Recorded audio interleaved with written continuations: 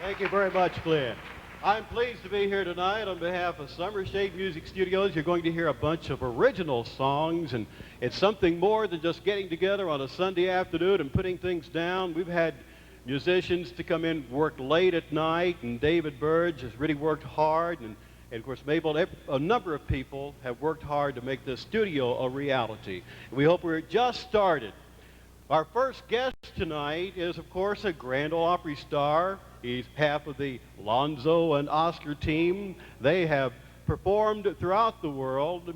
Of course, they recorded for RCA and Columbia. I'm My Own Grandpa was a million-selling song. He is now the head of Traditional Music Association, TMA, a project that is dear to his heart because it preserves country music. We don't want these old songs to die, along with the recording artists, of course. Want to preserve that traditional country music, and he has dedicated his life and cause to that effort. I want to present for you tonight, I want to mention also that there are some tapes. Just recorded a song out of Summer Shade called It's Autumn just a few days ago, and they're already available. There's going to be a contribution, just a gift, but if you would like to make a contribution of $5, you can have one of these tapes. I know you're going to enjoy it tonight, as millions have over the years. Presenting from the Grand Ole Opry, Oscar Sullivan.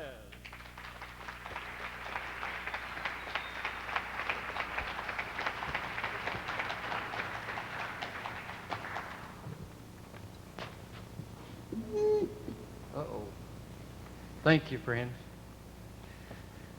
It's a pleasure to be here. And I thought I wasn't going to get to come tonight. My granddaughter came over with my grandchild, and she says, now, Grandpa, you're not going to get to go up there tonight. You're going to have to stay at home and rock the baby. Well, I did until I run out of rocks. Then I came over here. It's good to be here. Isn't this a wonderful show? Let's give them a big hand, would you there? Boy, boy, boy, boy. Well, through the years, of course, I was Oscar, and I'm still Oscar, but seems like the young ones has growed up. Some of the old ones are passed away, and Lonzo and Oscar just not as popular as we used to be. Lonzo and Oscar at one time, let me say this before I do anything. 1947, Lonzo and Oscar were the first two people to ever stand in front of a television camera to be televised in the United States of America. It went 7 blocks down the street. 1953, we got a plaque, and I didn't know anything else to do with it, so I give it to the Hall of Fame. So it's still in the Hall of Fame down in the basement. So if you happen to go to the Hall of Fame, some of them calls it Hall of Flame, but go down there and see it. It's something else. Lonzo and Oscar had some great times back in those days. We was recording with Eddie Arnold, and our recording session was over, and Stephen Sholes, our A&R man, went out to get a glass of water, came back, had a piece of sheet music in his hand, just a-laughing. And of course we wanted to know what was the matter with him. He said, I've got a song in my hands that will rock America. And Eddie says, bring it over here, let me have it. At the time he didn't have any hits. Took it over there, and Eddie looked at it and he says, I'm my own grandpa? He says, I'm trying to get into business, not out of it. 3 weeks later, after Lonzo and Oscar had recorded it, it came out on the market. It sold 3,554,000 records in 6 weeks. We held the record until Elvis Presley took it away from us in 1965, 1966, and 1967. For the show. You remember all those things? Whee! I'm going to sing you just a little bit of this I'm my own grandpa. And all you young ones that never has heard it before, listen to this story and see if you could be your own grandpa. And it goes like this. Well, let me get the right key. Oh, I'm a little sharp, ain't I? Well, listen to my story. It's not a tale of woe. Now I'll tell you exactly how I became my own grandpa. Now, many, many years ago, when I was 23, I was married to a widow who was pretty as could be. This widow had a grown-up daughter who had hair of red. My father fell in love with her, and soon they two were wed. This made my dad my son-in-law and changed my very life. My daughter was my mother, 'cause she was my father's wife. To complicate the matter, even though it brought me joy, I soon became the father of a bouncing baby boy. This little baby then became a brother-in-law to Dad, and so became my uncle, though it made me very sad. For if he was my uncle, then that also made him brother of the widow's grown-up daughter, who of course was my stepmother. I'm my own grandpa. I'm my own grandpa.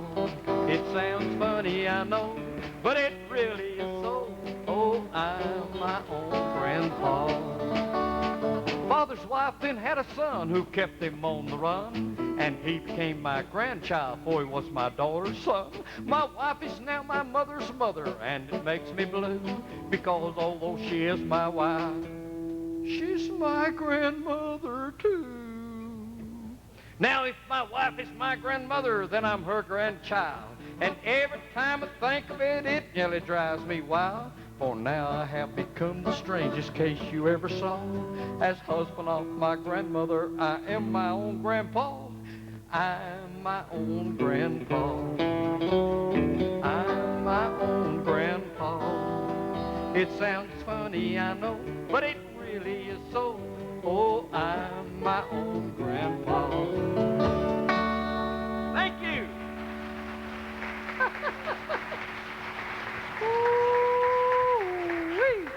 Thank you. Well, I retired the Grand Ole Opry in 1985. And my mother, it was over here at the Homewood nursing home. And every Sunday I'd go visit my mama. And they would have a preacher, after he preached his sermon in the church, to come over and preach to them. Well, I thought, Ben's, I'm over here, I'll just listen too. Well, finally the preacher came in, and they got everybody in one room. The preacher came in, and he says, you know, I want to apologize to you folks. Said, I came early today, and I was out in the lobby, and said there was a bowl of peanuts right beside him where I was sitting. And I reached over and got me a peanut and ate it. And then I got another one and ate it. And I just kept on, and finally I ate the whole bowl. Ate every peanut in that bowl. He says, I'm so sorry. I'll get you a whole big sack of peanuts for next week. And there's an old lady raised up about 85 years old, and she says, Reverend, don't think nothing about it. We've done licked the chocolate off of them.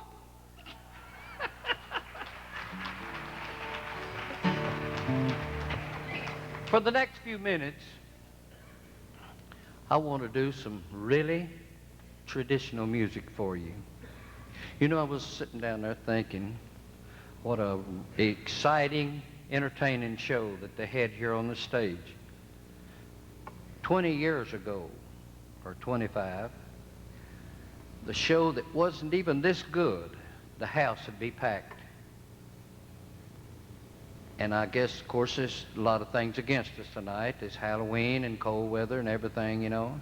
But traditional music back in the 40s, 50s, and 60s, who would have ever thought that it would have slept like it's doing now? It's sound asleep. And we have an organization called TMA, and I'm telling you, friend, we're going to wake it up, because there's 10 million people out there wants to hear traditional music. So y'all help us out and do the best you can there. We're going to get it on radio, television, records, and TV.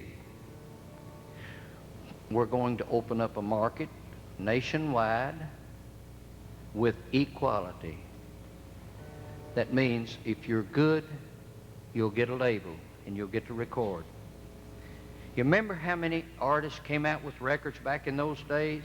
Oh, there was a variety you can't believe. Now you got 5 or 6, and that's the name of the story. Mr. Eddie Arnold in 1945 didn't have any hit records, but he went down to the studio one day, and they was setting up a RCA studio in Nashville, and he sang this song, and it got him started.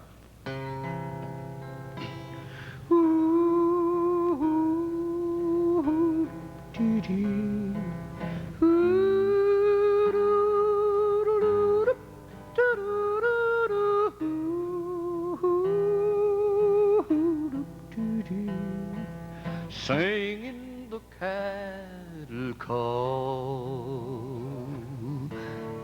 Anytime you say you want me back again, that's the time I'll come back home to you.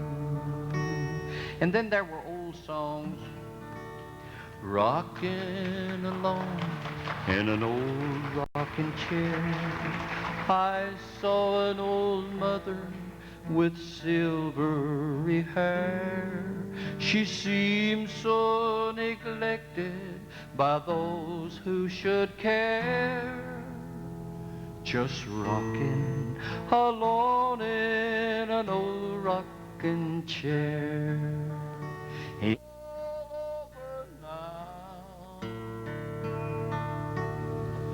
Don't worry about me. Be good to your neighbors and you'll have better neighbors. Doggone ya.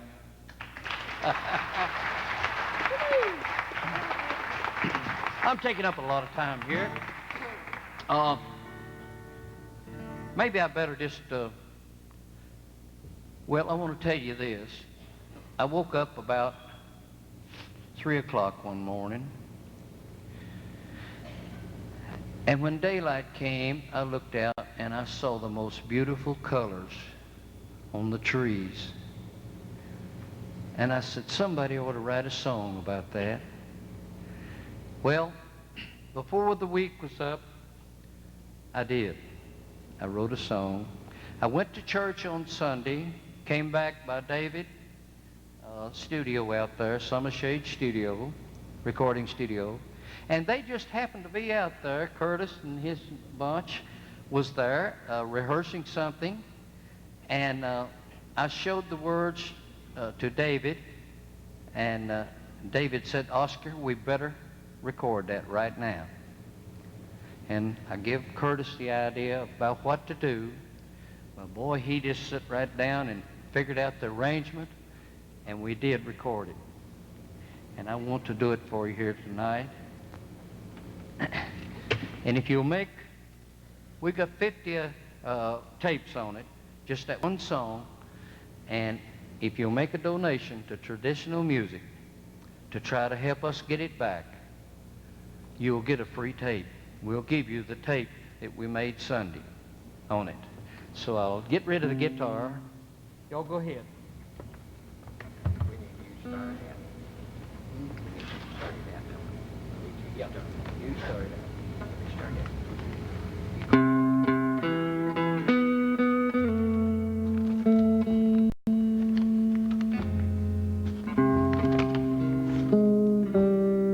The music to this is September, and the title,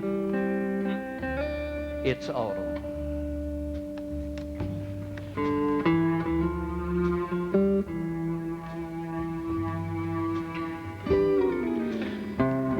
Each year in the autumn, God's earthly creation brings forth its fruit of labors. So harvest time is here, and as I view the wonders of nature, a picture appears before my eyes. The trees of the forest boast their colors, a beauty untold, brings joy to my soul. But the fallen leaves brings to a close nature's paradise, while the trees of life sleep until another season. So it is with traditional music. Its heritage started in the pioneer days. For a season it served its purpose, but due to the lack of organization, promotion, and protection, other trends of music choked it out. And like the trees of the forest, it now sleeps. The leaves of this joyful sound are fallen. Will traditional music live again? It's all up to you. Thank you and good night, everybody.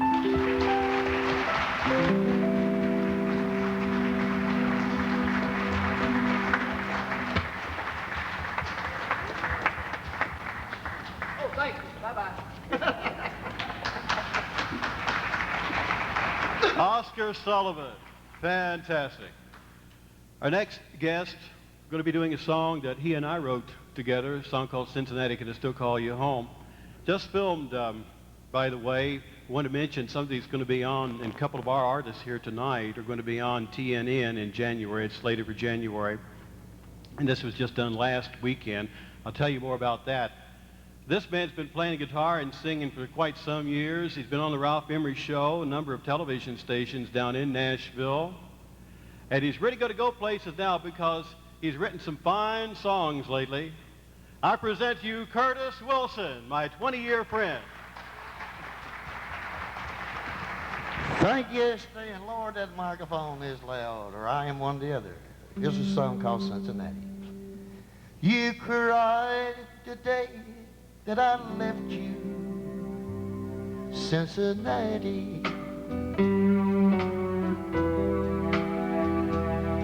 Your streets were soaked with cold and bitter rain. How could I know it would be the last I see my family, while waving from the window of that train? Oh, Cincinnati, do you remember me? I remember you, though it's been years and years ago. But now I'm hungry, I'm cold and travel weary. Please, Cincinnati, can I still call you home? Don't know just why I left you, Cincinnati. Guess I wanted more than just a home and wife. You're old and wise, so maybe you can tell me, what does learning take up all young man's life. Oh, Cincinnati, now my sweetheart is buried, and I guess I'll follow her before too long. Oh, would you grant me just one plea? Please, Cincinnati, can I still call you home? Please, Cincinnati, can I still call you home?